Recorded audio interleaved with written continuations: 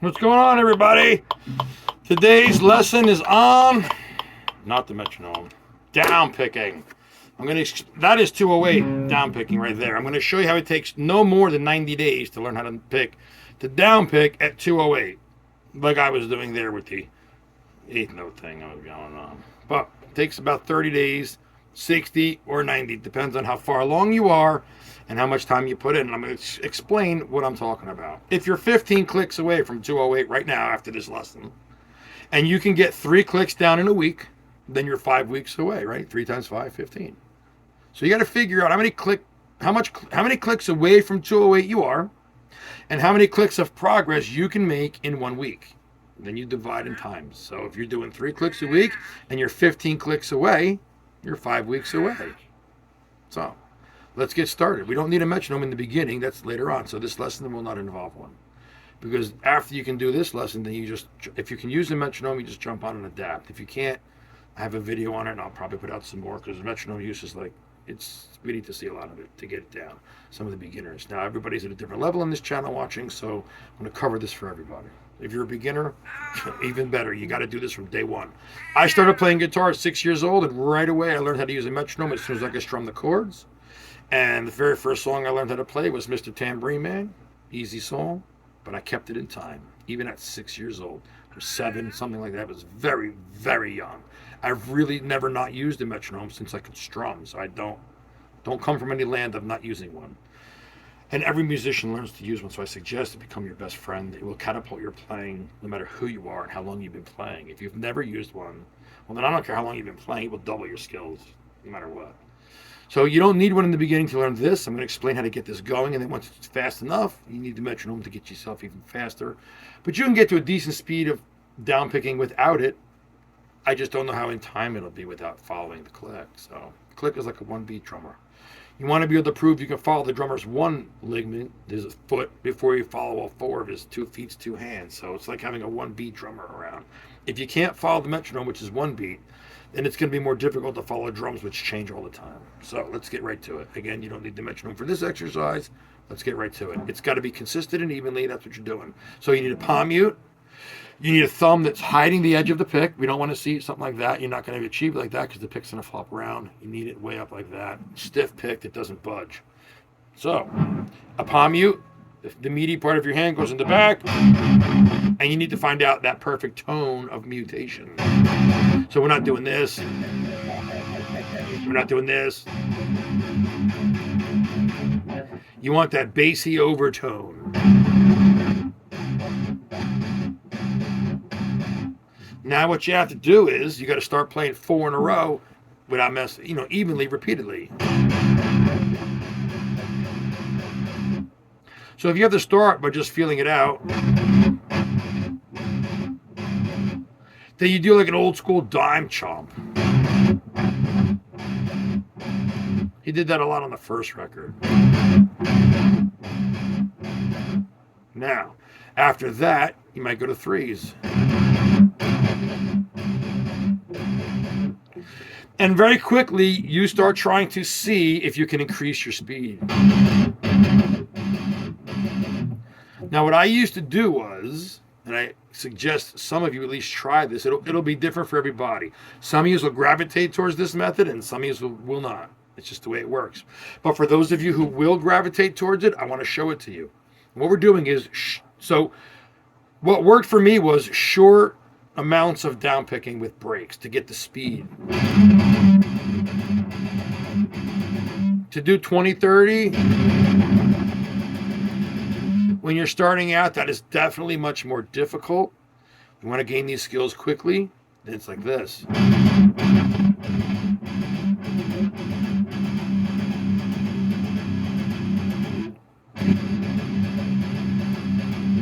That's the kind of thing you're looking for. Or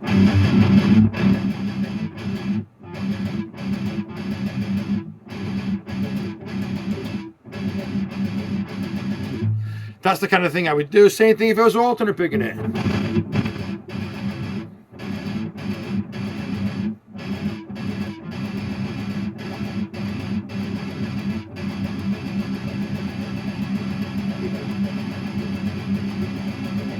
By the way, the accent really helps when you're alternate picking.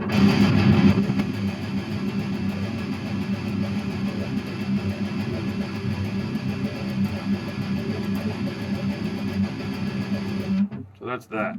When you're down picking, same thing.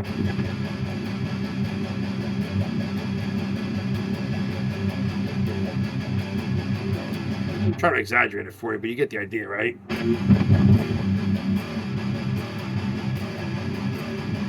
And if it helps, so some of you are going to want to use the chord and some of you are going to say the string. So whichever one it is, if it's just the note, then use the note. And then if some of you want to use the chords,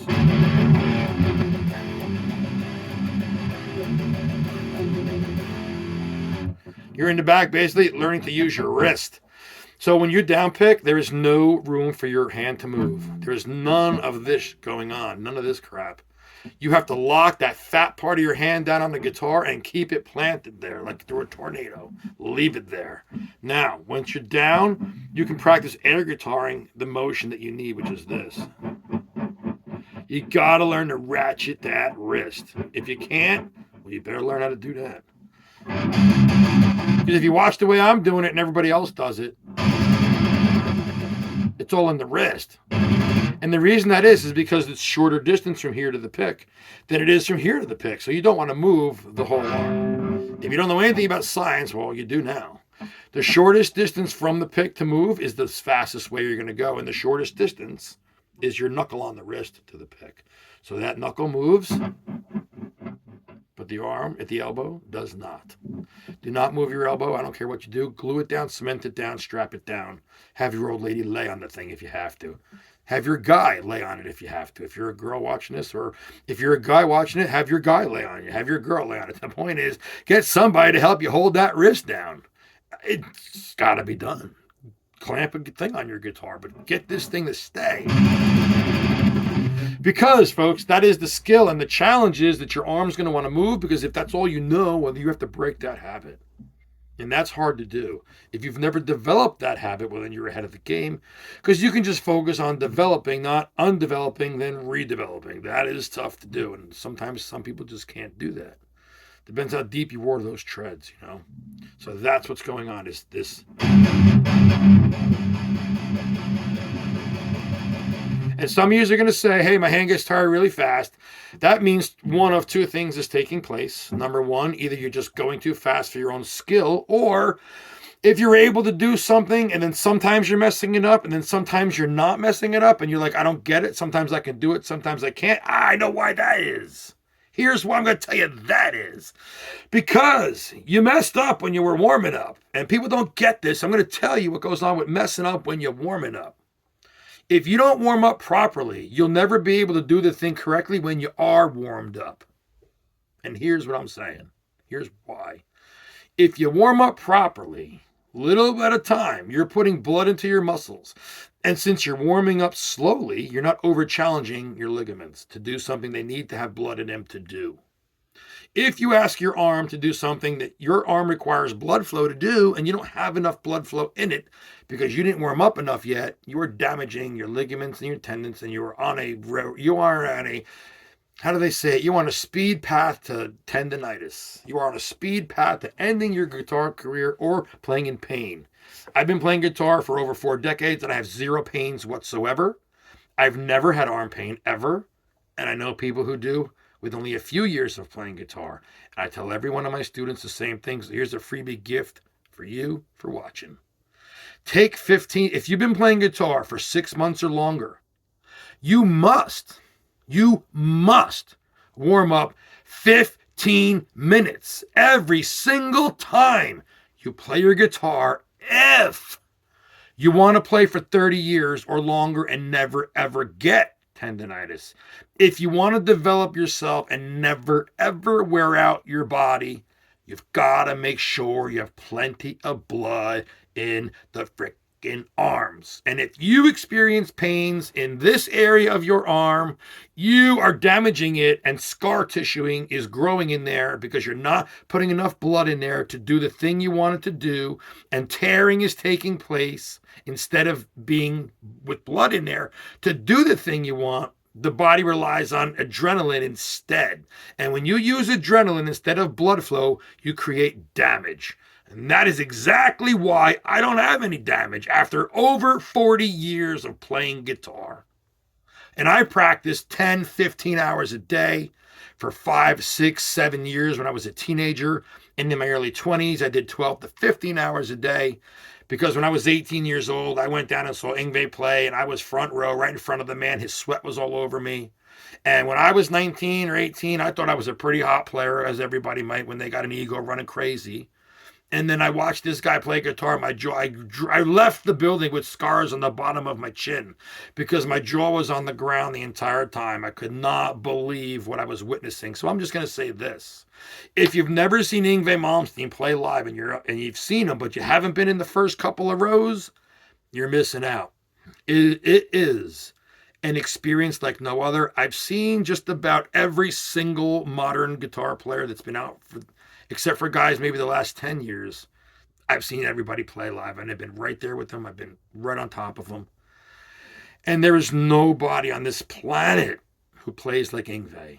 So even if you don't like his music, to watch him play will leave your jaw on the ground. The guy's a freak of nature. I don't say that about anybody, but he is. And if you've never seen him, well, you just don't understand then, and you never will. It is a huge lesson for any guitar player who wants to reach their personal best, in my opinion, to witness what this freak of nature does live on a stage. You will walk away learning something that you won't get anywhere else, because I did, now I know. So I took my playing from 8 or 9 hours a day to 15 after I saw this guy, because I was like, I got to play like that. And at the time, I couldn't. I was on my way, yes. But it took a lot more practice to get a lot smoother, and the brain to think forward a lot of information when you're playing at those speeds. And that's the secret to playing really, really, really fast, over 176. When we get to 176, that becomes allegro. That is what we call fast. If you want to play at 200, 250, the most I've ever recorded is 250. I got a little video out there at the bottom of my channel, at the bottom of my catalog. It's like the second or third video. It's got a little old blue ESP. I'm playing on a MH1000 from like, I don't know, 2003 or something. It's a video down the bottom of my list. It's at 250 beats per minute, playing 16th notes. The whole point of it was to do 1,000 notes in 60 seconds. I did it very gracefully and without just running the same note. I actually played a medley of notes. And a piece I wrote inspired by Niccolo Paganini, because when I went through my Yngwie phase, I got into Paganini and I bought all the Paganini violin stuff, and I converted. They converted to guitar, and I learned a bunch of that stuff. Even Yngwie has posted that stuff in Guitar World. He posted, Paganini's Fifth Caprice, and I learned it, and it was just amazing, and it took forever. And it's all in sequences of 4s, so it's pretty cool. Anyway, if you want to play at those speeds, it takes a lot of practice. So that's what's going on there. And basically, you have to be able to think a lot faster than you're playing.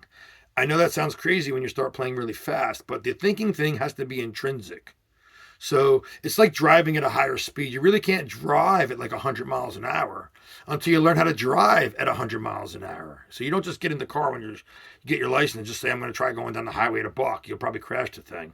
It takes time to develop to be able to go that quickly. And the same thing with this process here. So you have to figure out how you're going to play it quickly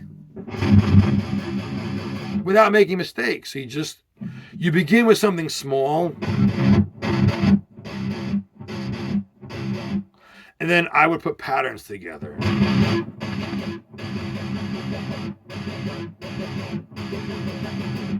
And then you just add in some things that are going to make you keep that pattern.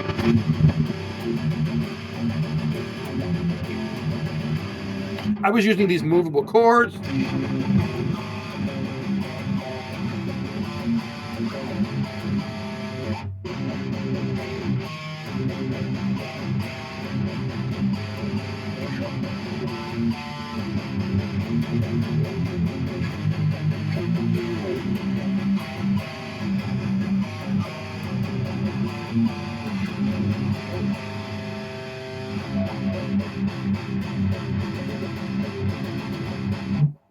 You see that technique? My arm isn't moving anywhere. It's not going anywhere. So if I want to convert and I want to add, if I want to mix down picking with alternate picking, which you will do once you get better at down picking, you'll be able to mix the two by keeping the control of your time.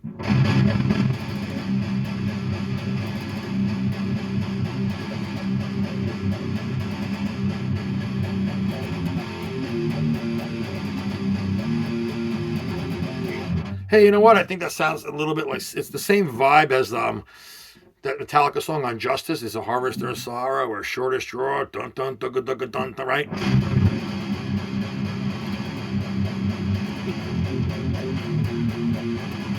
Because they're doing the same thing. He's down picking and then alternate picking and adding it to. And if you wanted to, you could actually work on some reverse rhythms.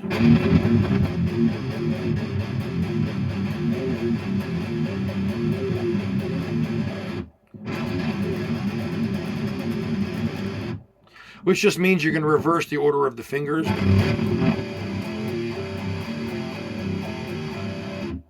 That is a great exercise in itself.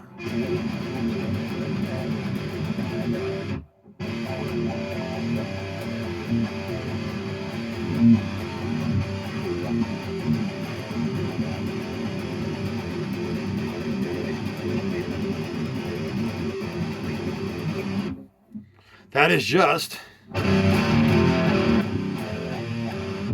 0-3, 5, back to the 3, back to the 0.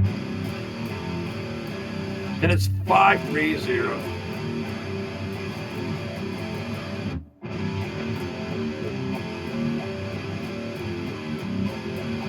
If you want it to sound heavier, then down pick the whole thing.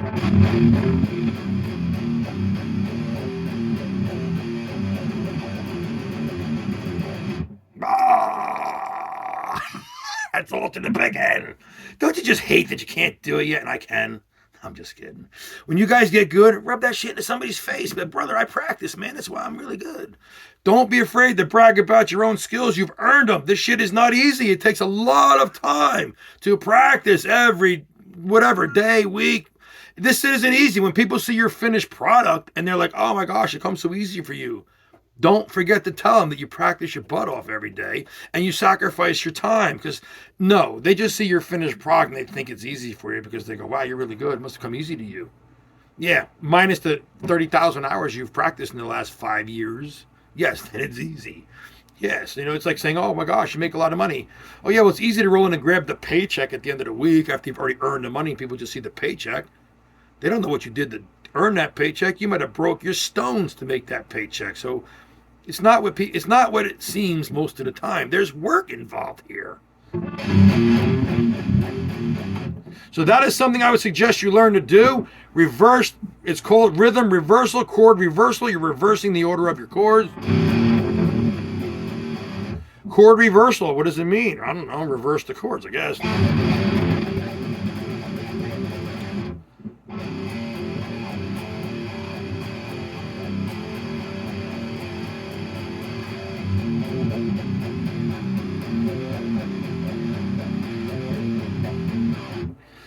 My goal when I was learning to play guitar was to be able to play anything that's put out on a metal record. And for the most part, really that was the case all the time. I mean, the hardest thrash metal music to ever play to this day is Whiplash. That shit is insane. The rhythms, the timing, the moves themselves, all moving at fast, crazy speeds. And that's why I was able to get in that band, because I was one of the few players that they knew who could actually play that stuff at speed.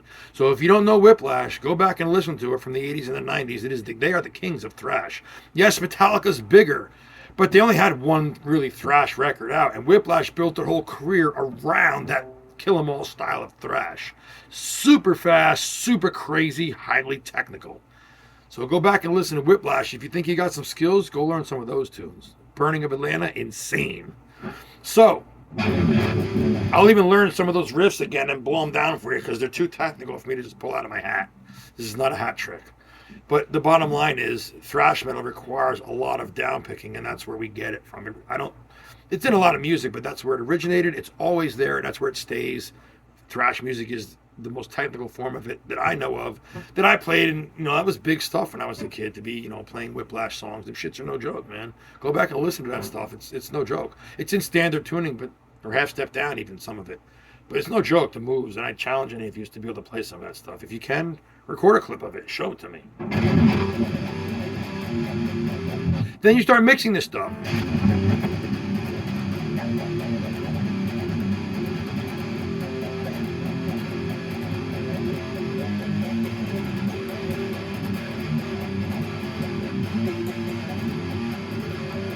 By the way, when you see me end my riffs over here, a little songwriting tip for those who want to write original metal. I'm in the key of D minor. I ended on the C because in D minor, that's the pulling tone that pulls to the root of D. There's the C, and then bang. I'm all over the root D for that hook in the chorus. So we build our riff to one of the ways to build a huge chorus is to build your prior riff before the chorus up to the note before the chorus note, which is going to be your D, because that's the root of your key. So you're going to build your riff to fall one chord short of that D, which will end on the C, F, G, B flat. C is pushing to the D.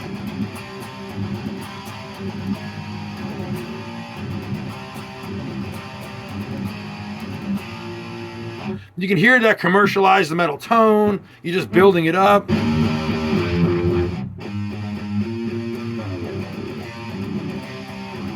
Even if you just did this.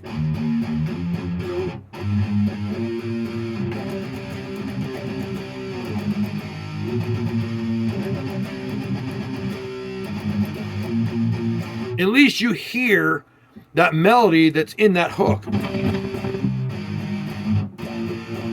This is your 6-5-4. The most common progression in all of hard rock and metal is the 6-5-4 progression, which is the 6th chord in your major key, the 5th chord and the 4th, used however, power chord, bar chord, open chord, movable chord, notes, it doesn't matter. That is the most common progression. It is in Stairway to Heaven. It is in Rock in the Free World. It's in the Trooper. It's in everything. It's all over the place, 6-5-4. Iron Maiden built their entire career around that one chord progression. And how much money is that band worth? 8-9 figures, right? $1 billion they've topped. I mean, just think about that. $1 billion for a metal band. I mean, it's classic metal by now, but it's only classic because it's still around, because it's killer. And it's all about the 6-5-4.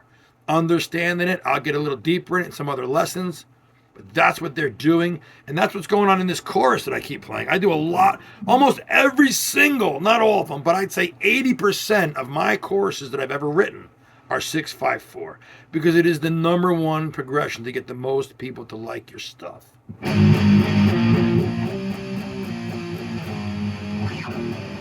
It just sounds good.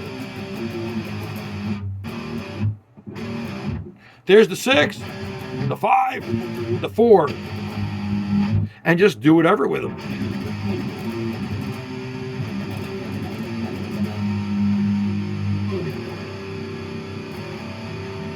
Notice I end on the 6, D.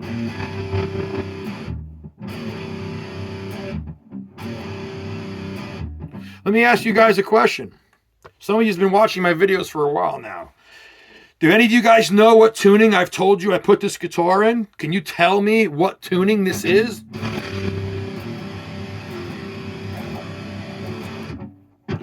And if you know, let me know. I want to know if you remember what I said. And I've got one last question for you before you go. I want to know what the first song you ever learned to play all the way through was. I don't really want to know what your first riff was. I want to know what the first song you learned all the way through was. For me, it was Mr. Tambourine Man by Bob Dylan. My dad taught me to play guitar when I was 6 years old. I was dying to learn a song because that's what I wanted to do, was play songs. I said, teach me a song, even an easy one. I had about 6 months of playing chords under my belt. I was going on 7, and for my birthday, I wanted to be able to play the song. I practiced it up and down. I remember I spent the whole week. I remember thinking, I got to do this all weekend if I want to make it by my birthday. So it was the first time I ever gave up a weekend playing with my friends to learn to play my guitar. And by the end of the weekend, I don't know, it was 4 hours a day or some crazy number. I was able to play Mr. Tambourine Man and sing every single verse with the papers in front of me. I couldn't remember all the words, but there's like 11 verses for that shit or something. So I remember singing and playing the entire song by the time I hit my 7th birthday. And that was a huge thing for me because I said to myself, you are meant to play. And I fell in love. And then from there on, it was no convincing me. So what's the first song you ever learned to play all the way through from start to finish? I don't care about the solos. I'm not including those. What is the first song you learned to play rhythmically all the way through? I want to know because I'm curious. I think it's a cool thing.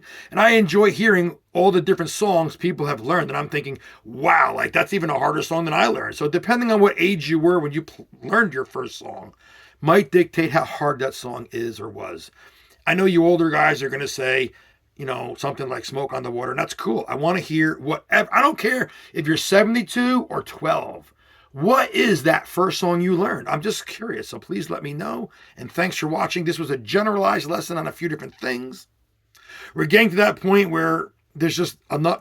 I want to make the lessons more interesting, more than 6 minutes. I want to show you a lot about guitar. So I'm trying to give you guys like a legitimate lesson that you might sit in front of me and ask me, hey, can you show me a few things about this? Can you show me something about that? Well, we're here 27 minutes. It's like you took a half an hour lesson with me and learned a few different things. If you want to know something else for another video, comment, ask me to put something into the video, and I would gladly do that. I always ask my students that are taking lessons, sitting in front of me, what do you want to know? I don't want to teach you what I want to know, what I know. I want to teach you what you want to know. So if you don't want to learn what I like the styles that I'm playing, then I would say to them, what do you want to know? So I had a girl who said, I want to be Taylor Swift. And guess what? She is. She got the songwriting skills and the guitar skills and everything. Sounds phenomenal. The girl's got the skills. That's what she wanted to do. I taught her how to songwrite like Taylor Swift. I wouldn't be surprised if she is the next Taylor Swift. Now, whatever it is you want to know, tell me in the video, comment. I'll throw something together for you. It might only be a few minutes about that particular thing, but, sometimes I draw blanks and I'm like, what should I put out for these guys? I put out enough stuff already. So if I can't think of something new, I take a little bit of time and I come up with some things to put out. If you want to see something specific on your end, don't wait for me to put it out. Put it out there. Let me know what you want to see. The other thing I want to know is what tunings do you guys use? Besides the song that you learn to play, what is your favorite tuning? I have 2 guitars. My 2 main guitars are in the tuning I mentioned on this one. And I also mentioned the tuning in my green dime slime. So you guys know some of you guys know what my tunings are, the 2 tunings I use. I've said them before in a few other videos. What are the tunings? Do you know what tunings I use? Because they're killer for doing the things that I like to play. So I figured out that for the style of metal I like, these 2 tunings work the best. And I'll tell you why. Because I am a humongous guy for vibrato. And I like the strings to be very loose and slinky. And a lot of guys think that if you tighten up the strings, you can play faster. And that is not true. It seems like you can. It's like you're using like a donut to cheat. You could back your hand up way back to the bridge here and pick back here where you're not really, the tone kind of stinks. But you'll play a little faster without even trying because the string's so stiff. So it might help you develop some speed, but you can't really play back there because the tone has just got awful. So you can't really do it there. But it's like a donut. It helps you get started, cheats kind of. But you got to learn to get it up in here. Huh? So that's kind of what's going on there. So generalized lesson today. Thanks for watching. Leave your comments. I appreciate you guys who are not cutting me up. Look, I'm not perfect. I never said I was. I never claimed to be. And you guys don't understand something. So let me say this to the guys that are cutting me up. You guys have no idea how much work it is to memorize a song from start to finish, note for note. I do. I did it for 35 years, and I've toured all over this country. I know my way around. It's not easy to be in a great band and play everything note for note. It's only the best can do that. So when you learn your first solo note for note, any of you guys, learn a Whiplash song note for note.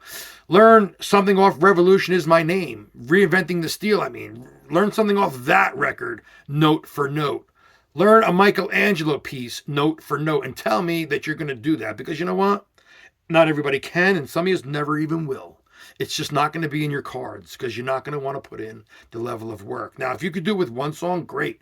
But guess what? I had to do that shit with 18, 20 songs, and you got to play them every single day for hours on end to remember them note for note. So you guys that were beating me up before in that other video because I butchered that Pantera tune, brother, I don't even care about playing a Pantera song. I play my own stuff.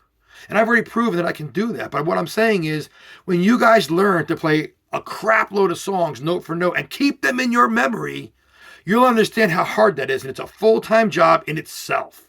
So before you go knocking somebody who can't play us, for not playing it perfect, prove to us that you can play 10 or 20 songs perfect, including those crazy solos. Because I can, I have, and I did.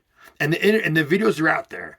Now, if you want to see some music that I wrote, I was in one of the many bands I was in. There's an album online on YouTube from a band called Still Phase. We have one video called The King. I'm in the video. Got a bunch of strats. They're all scalped. I told you that in another video. I used to play scalp strats. Well, they're all in that video. I use a whole bunch of them. So if you want to see Mezzy before I was into, not before, but when I went through my scalp strat phase and that band was like, use the strats. Don't use your metal guitars. Fine, I use the strats. And I did in that video and for that band. So you want to see an album of, stuff I did all the lead work and I double tracked the rhythms and I did all the lead work on those records. So if you want to go back and see that record, it's called Still Phase, STILLPHASE, Still Phase.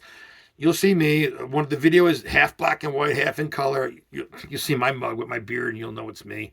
Bottom line is there's an album right there you can check out. It's a nice Papa Roach style record. Came out really cool. We did it at our house.